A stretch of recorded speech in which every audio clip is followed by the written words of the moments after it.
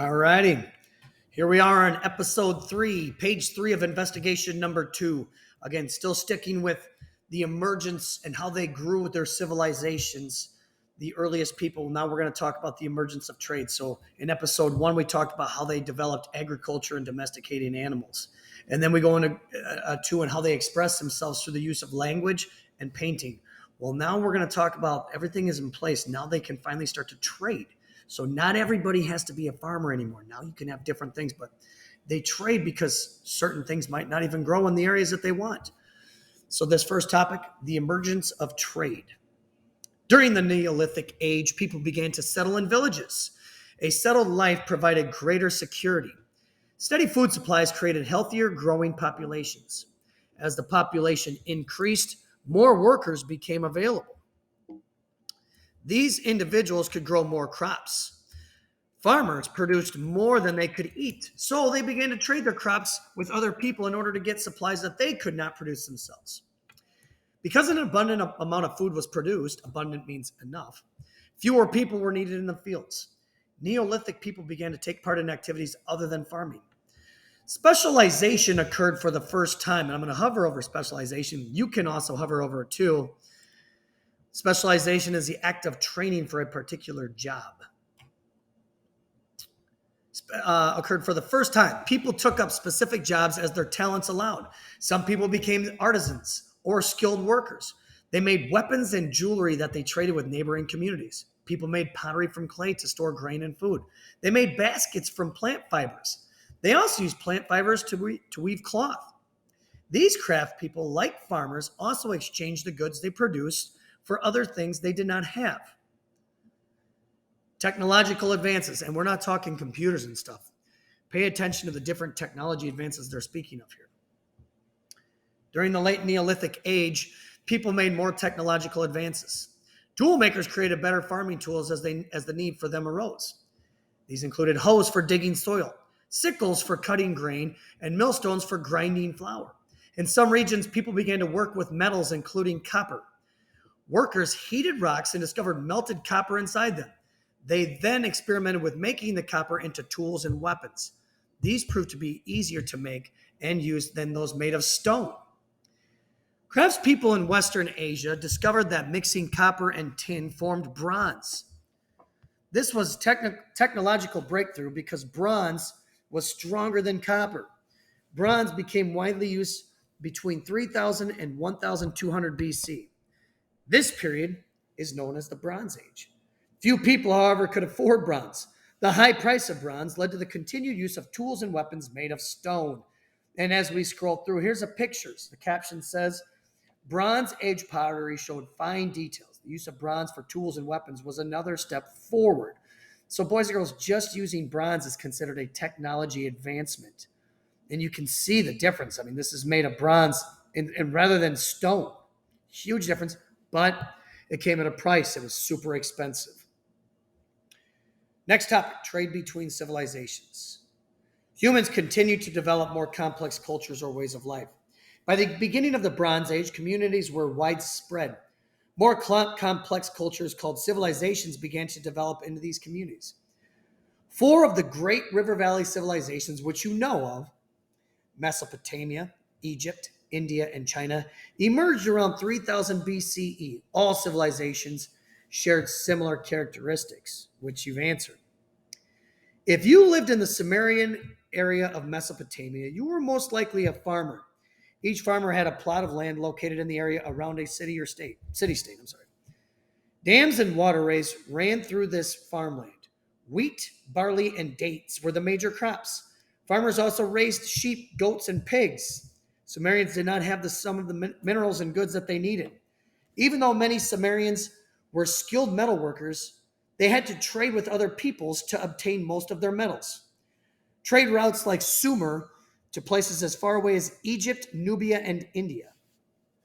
Trade routes linked Sumer to those places. Sumerian merchants traded wheat, barley, and tools for timber, minerals, and metals, including iron, copper, silver, and tin. The minerals and metals were then used to make tools, jewelry, or other decorative objects. For jewelry making, Sumerians valued a red stone called carnelian from India's Indus Valley.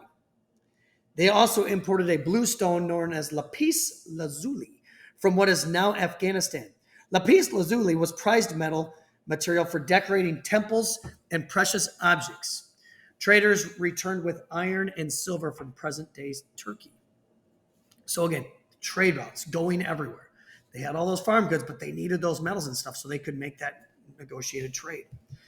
In the Second Babylonian Empire, the Chaldean Empire, artisans made pottery, cloth, and baskets. The major trade route between the Persian Gulf and the Mediterranean Sea passed through Babylon. Merchants came to the city in traveling groups called caravans. They bought Babylonian goods, pottery, cloth, baskets, and jewelry. Babylon became wealthy from this trade. Under the Assyrians, the area had been fairly poor. So now Babylonian empires were really utilizing the resources they had. Now we're going to move from Babylonia to Egypt. In Egypt, as in Mesopotamia, some people could leave farming to work in other occupations. Artisans, merchants, and traders began to play an important role in Egypt's economy. As more goods became available, villages along the Nile traded with one another. Before long, Egyptian caravans, again, that's traveling with people, big groups, were carrying goods to Nubia to the south, Mesopotamia to the northeast, and other places outside Egypt's borders. Along with the exchange of goods, Egyptian traders learned about the ways of life and government of other societies. So not only would they trade goods when they were there talking with people, they would learn about how they lived, and they could adapt those as well. Here's the earliest trade maps. And again, I will have you click on this through your use of Skyline as well. But these are all trade routes, boys and girls. Here's Egypt. From there, they could go down to Nubia. They could go over here to the Arabian Peninsula. And there is Mesopotamia, the land between the two rivers, Mesopotamia, the Fertile Crescent area. Very good farmland there. But then you got all this Nile River that helped them irrigate crops as well. Zooming in, almost finished. Hang in there with me. During the rule of Egyptian Queen Hatshepsut from 1473 to 1458, Egyptian seafarers sailed to ports in Nubia, Arabia, and East Africa. And it's seafarers. These Egyptian traders exchanged beads, metal tools, and weapons for gold, ivory, ebony wood, and incense, a material burned for its pleasant smell. The Egyptians valued wood products because the Nile River Valley had few trees. They needed wood to build the boats, furniture, and other items. To find wood, Egyptian traders traveled south to the Nubia to get ebony. Egyptians also traveled to the east coast of the Mediterranean Sea, where the present-day country of Lebanon is located, to get cedar, which is a type of wood. The people in the Mediterranean region were called Phoenicians. The Phoenicians had a strong influence on other cultures in the region. Their invention of an alphabet and a system of writing influenced others. Phoenician trade routes and settlements also encouraged the spread of goods and ideas across a large part of the ancient world. To maintain close ties, pharaohs and other rulers also exchanged envoys or representatives. Envoys often brought gifts, negotiated trade agreements, and created alliances. I mean, a gift is always a good thing to bring to somebody. Alliances are like agreements, so they could have peace. These actions marked the first time in history that a group of nations tried working together to reach common goals. Now it's not becoming everybody against everybody. They're trying to work together to survive, to live, to advance their civilizations. And this marks the end of episode 3 on page 3 of investigation number 2. And as we investigate this, we're looking at the connection between early civilizations and agricultures right here. Okay, we're also looking at the factors that led to the rise of language and emergences of trade, and that comes from the surplus. We're going to talk a lot more about this in class. You'll be answering questions throughout the Nearpods. Hopefully I didn't make too many mistakes. I apologize for that. It's tricky. I had a lot of people walking in. The distractions were there, but hopefully you got something out of that. Now we'll talk notes and get ready for our next exam.